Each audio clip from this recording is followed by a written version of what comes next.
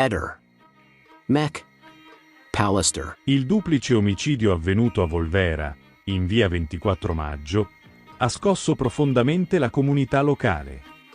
Chiara Spatola, 29 anni, e Simone Sorrentino, 24 anni, sono stati brutalmente uccisi dal loro vicino di casa, Andrea Longo, 34 anni, che al termine dell'aggressione si è tolto la vita.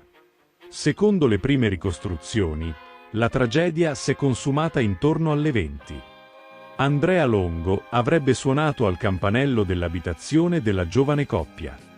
All'apertura della porta, Longo ha aggredito Chiara e Simone con un coltello. I due giovani hanno tentato di fuggire, come testimoniano le tracce di sangue rinvenute sulle scale dell'edificio. Tuttavia, l'aggressore li ha inseguiti fino al cortile del Cascinale, dove ha inferto ulteriori coltellate, risultate fatali. Andrea Longo, autotrasportatore di professione, era noto nel quartiere. Al termine dell'aggressione, si è tolto la vita infliggendosi un fendente alla gola. I vicini, allertati dai rumori e dalle urla, hanno trovato i corpi senza vita dei due giovani e dell'aggressore. Chiara e Simone erano una coppia affiatata, con progetti per il futuro. Avevano in programma di trasferirsi a Rivalta, dove stavano ristrutturando un alloggio. La loro tragica scomparsa ha lasciato un vuoto incolmabile tra amici e familiari. Le autorità stanno conducendo indagini approfondite per comprendere le motivazioni dietro questo gesto estremo. Al momento, non sono emerse informazioni su eventuali conflitti pregressi tra Longo e la coppia o su problemi psichiatrici dell'aggressore. La comunità di Volvera è profondamente scossa da questa tragedia improvvisa e inspiegabile. Un presunto avvelenamento tra le mura domestiche, una morte sospetta, un nome legato alla memoria partigiana della città. È una vicenda dai contorni inquietanti quella che coinvolge Vincenzo Profili, 89 anni, originario di Fabriano, Ancona. Oggi formalmente accusato di omicidio volontario aggravato ai danni della moglie, Daniela Chiorri, deceduta il 25 maggio 2023 all'età di 81 anni. Secondo quanto ricostruito dalla Procura di Ancona, l'anziano avrebbe ucciso la donna somministrandole del nitrito di sodio. Una sostanza tossica spesso utilizzata come additivo alimentare e nota per essere in sapore e incolore nella sua forma cristallina. Daniela Chiorri fu trasportata in gravi condizioni all'ospedale di Fabriano, lo stesso intitolato al suocero, Engels Profili. Medico e partigiano ucciso nel 1944 dai nazifascisti, dove morì 5 giorni dopo il ricovero. A prestarle soccorso fu la badante, che allertò il 118. Solo poche ore prima, anche il marito era stato ricoverato a causa di un malore simile. Per entrambi i casi medici sospettarono fin da subito un avvelenamento. Profili, però, si riprese dopo circa 2 mesi, mentre per la moglie non ci fu nulla da fare. Le analisi tossicologiche successive all'autopsia, disposta dalla PM Irene Bilotta, hanno confermato una concentrazione anomala di nitrito di sodio nel corpo della donna, riconosciuta come la probabile causa del decesso. Una svolta che ha riacceso i sospetti sul marito, già inizialmente finito nel mirino degli inquirenti. La Procura ha ora formalmente richiesto il rinvio a giudizio per Profili. L'udienza preliminare davanti al GUP è fissata per il 5 giugno. Secondo la ricostruzione dell'accusa, l'anziano avrebbe utilizzato le sue conoscenze in ambito medico per realizzare un delitto meticolosamente studiato. La sostanza letale sarebbe stata mescolata ai farmaci che la moglie assumeva regolarmente, approfittando della sua condizione di fragilità. La donna, all'epoca dei fatti, era allettata e affetta da gravi patologie. Un quadro che ha portato la Procura a contestare 3 aggravanti: premeditazione, vincolo familiare e minorata difesa della vittima. Nonostante gli accertamenti su cibi e bevande non abbiano rivelato alcuna anomalia, resta un buco investigativo rilevante. Nessuna analisi fu effettuata sui farmaci della donna, possibile veicolo della sostanza tossica. A sostegno della tesi accusatoria c'è anche la testimonianza di un conoscente, che avrebbe riferito di aver visto e fotografato una boccetta sospetta nascosta in un mobile di casa Profili. Il contenitore, tuttavia, non è mai stato rinvenuto. Decisivi, invece, sarebbero stati gli elementi digitali. Sul computer dell'uomo sotto sequestro sono state trovate ricerche su come acquistare e utilizzare il nitrito di sodio, dettaglio ritenuto fortemente indiziario dagli inquirenti. La procura sospetta inoltre che l'uomo abbia ingerito volontariamente una quantità non letale della sostanza, provocandosi un malore per anticipare il ricovero e lasciare così alla moglie i medicinali già contaminati. Un depistaggio, dunque, pensato per inscenare una comune intossicazione domestica. Vincenzo Profili si è sempre dichiarato estraneo ai fatti. La sua difesa sostiene che entrambi i coniugi siano venuti a contatto accidentalmente con il veleno, ipotesi che, secondo i legali, non è mai stata completamente esclusa, data l'assenza di una prova diretta. L'uomo è attualmente in libertà in attesa del processo. Una tragica vicenda si è verificata oggi, 24 aprile 2025, a Torre Annunziata, in provincia di Napoli. Un uomo di 91 anni ha aggredito la moglie di 78 anni colpendola ripetutamente con un martello all'interno della loro abitazione situata al quinto piano del Parco Dalmine. Dopo l'aggressione, l'anziano si è tolto la vita lanciandosi dal balcone dell'appartamento. La donna, sebbene gravemente ferita, è rimasta vigile ed è stata trasportata d'urgenza in codice rosso all'ospedale San Leonardo di Castellammare di Stabia, dove è attualmente ricoverata con un trauma cranico. I medici si sono riservati la prognosi, ma al momento non sarebbe in pericolo di vita. A lanciare l'allarme sono stati i vicini di casa, allertati dai rumori provenienti dall'appartamento. Sul posto sono intervenuti i carabinieri della stazione, della compagnia e del gruppo di Torre Annunziata, che hanno avviato le indagini per ricostruire l'esatta dinamica dei fatti. Secondo le prime ipotesi, l'uomo potrebbe essersi suicidato credendo di aver ucciso la moglie. Al momento non sono emerse ulteriori informazioni sulle motivazioni che hanno portato a questo gesto estremo. Le autorità stanno proseguendo le indagini per fare piena luce sull'accaduto.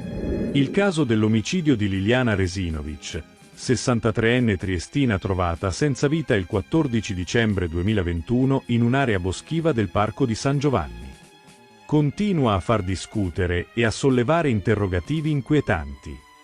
A distanza di oltre 3 anni, le indagini sembrano essersi arenate in un limbo di contraddizioni, omissioni e misteri, mentre Sebastiano Visintin, il marito della vittima, rimane al centro di una narrazione che lascia più ombre che luci. Uno degli elementi più sconcertanti emersi di recente riguarda una telefonata effettuata da un numero riconducibile alla prefettura di Gorizia, registrata alle 21:03 del 14 dicembre 2021, appena 40 secondi prima di un'altra chiamata, sempre dallo stesso numero, al cellulare di Visintin.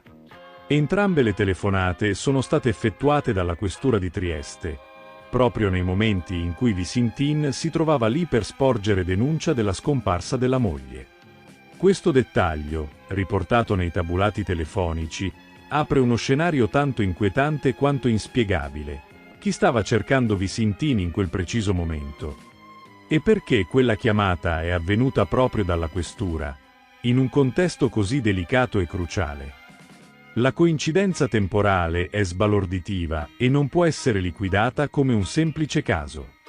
Visintin, secondo quanto emerso, era in questura per formalizzare la denuncia della scomparsa di Liliana, avvenuta quella mattina. Eppure, mentre si trovava lì, qualcuno ha tentato di contattarlo da un numero ufficiale. È un dettaglio che stride, che lascia perplessi, e che alimenta sospetti su una possibile rete di relazioni o interventi esterni che potrebbero aver influenzato il corso degli eventi. Chi stava cercando di parlare con lui? Era un tentativo di coordinamento, un avvertimento o forse un'interferenza? Le domande sono tante, le risposte nulle. E Visintin, come sempre, tace o si trincera dietro versioni che appaiono sempre meno credibili. Sebastiano Visintin, sin dall'inizio del caso, è stato una figura controversa. La sua narrazione dei fatti è stata più volte messa in discussione. Dalle incongruenze sui tempi della denuncia, che avrebbe tardato inspiegabilmente a formalizzare, alle sue affermazioni sulla presunta tardiva depressione di Liliana, che secondo lui potrebbe averla spinta al suicidio. Una tesi, quella del suicidio, che è stata ripetutamente smentita dagli esperti forensi e dai consulenti della famiglia Resinovic, i quali hanno evidenziato segni di un possibile omicidio, come le lesioni sul corpo e le fibre compatibili con un'azione di trascinamento. Visintin ha sempre sostenuto di essere un uomo distrutto dalla perdita della moglie, ma le sue azioni raccontano una storia diversa. Perché, ci chiediamo, un uomo che afferma di essere in cerca della verità ha scelto di non collaborare attivamente con le indagini, rifiutandosi di fornire dettagli chiari o di rispondere a domande scomode. Perché, nei giorni successivi alla scomparsa, non ha mai cercato di contattare ospedali, amici o familiari per avere notizie di Liliana, come ci si aspetterebbe da un marito preoccupato. E, soprattutto, perché quella telefonata in questura, proprio mentre denunciava la scomparsa, rimane avvolta nel mistero. Le indagini sul caso Resinovic sembrano essere intrappolate in un circolo vizioso di inerzia e omissioni. La procura, che inizialmente aveva ipotizzato il suicidio, ha poi virato verso l'ipotesi di omicidio, ma senza mai arrivare a una svolta concreta. Gli inquirenti hanno analizzato tracce, interrogato testimoni, esaminato tabulati telefonici, ma il muro di silenzio e ambiguità che circonda Visintin sembra impenetrabile. La sensazione, condivisa da molti, è che ci sia una volontà di non scavare troppo a fondo, di lasciare che il caso si perda nel tempo, mentre la famiglia di Liliana continua a chiedere giustizia. Liliana Resinovic meritava di più.